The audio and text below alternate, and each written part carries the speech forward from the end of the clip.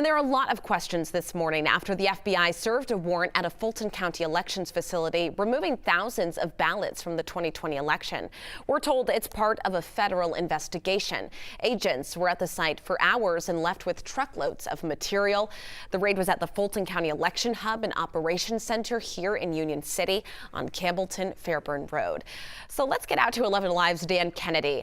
You have our coverage this morning from the streaming center.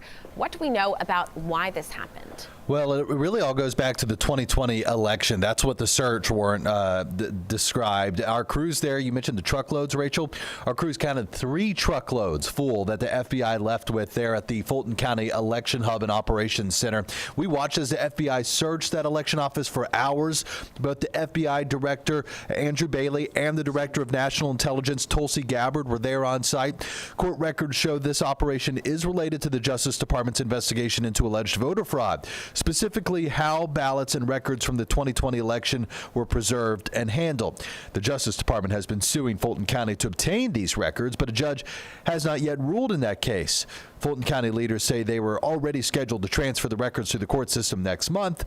Chairman of the Fulton County Board of Commissioners was there last night reacting to the raid. I really wasn't surprised. I mean, we've felt all along and known all along that Fulton County, has been, a target for obvious reasons, going back to 2020 elections, 2024 elections. Our elections were open, they were fair, and every legal vote was counted, and those votes, those ballots, and everything contained in those boxes, they have been secure as long as they were in the possession of Fulton County. Well, we also heard from the Georgia Republican Party Chairman Josh McCoon, who said that today marks a major step toward truth and accountability, saying the FBI's execution of a search warrant at the Fulton County Election Hub is long overdue.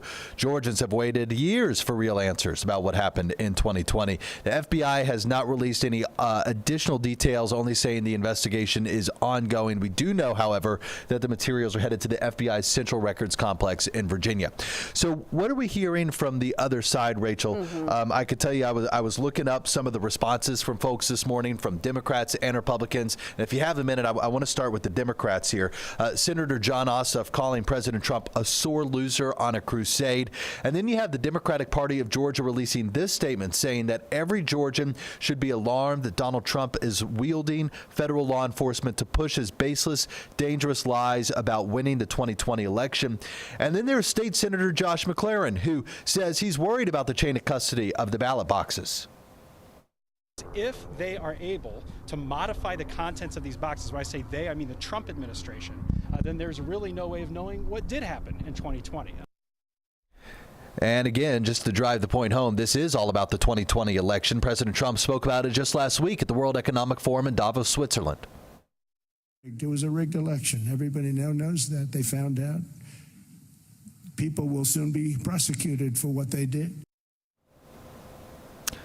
And we are also hearing from some Republicans. I have their responses pulled up here on X, including Congressman and U.S. Senate candidate Mike Collins saying, "Go get him, Cash," in reference to FBI Director Kash Patel. Lieutenant Governor Burt Jones, now running for governor, took it a step further, saying Fulton County elections couldn't run a bake sale, adding that today is an important step toward accountability. So another issue with a clear line drawn between the stands.